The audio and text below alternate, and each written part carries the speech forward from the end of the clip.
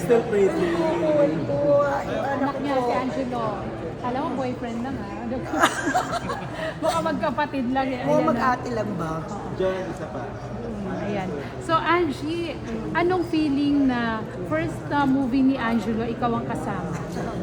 Unang-una, sobrang proud mama ko, masaya, because today is Solo Parent Week, Solo Parent Month, na pinagdiriwang natin ang month ng mga solo parent, which is the first time nilalabas sa pelikula si Angelo, nag-convince si Direk Romel Pinesa.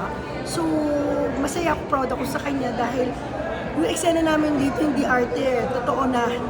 Totoo yung iyak namin, totoo yung sakit namin, totoo yung experience namin dito. So during the shooting, naging stage mom ka ba? First time niya eh. Hindi ako naging stage mom dahil ang nag-convince sa kanya kung paano umarte si ni Ryan Sessa, yung husband ko dito, si Direk Romel.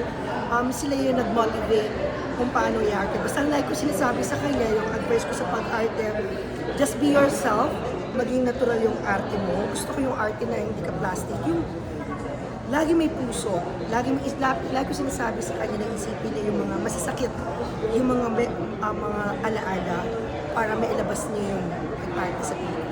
So Angelo naman, kamusta yung first movie mo? Actually po, nakakakaba po pero masaya din po kasi it's my first time po on the big screen at thankful po kay Direk Romel kasi binigyan po ng gantong role na binibigyan po ko ng malaking break po sa industry. Sabi ng mama mo, ilabas mo lahat ng pain. Anong pain ang nilabas mo dito sa movie? Yung nilabas ko pong pain ko po is about my father po. There is a personal issue or conflict between us po. And nung sa scene na yun ang natanggap ko po, na-reflect ko po talaga and nailabas ko po lahat po ng emotions ko po at yung sakit po na naranasan ko. So gusto mo bang magpanood na yung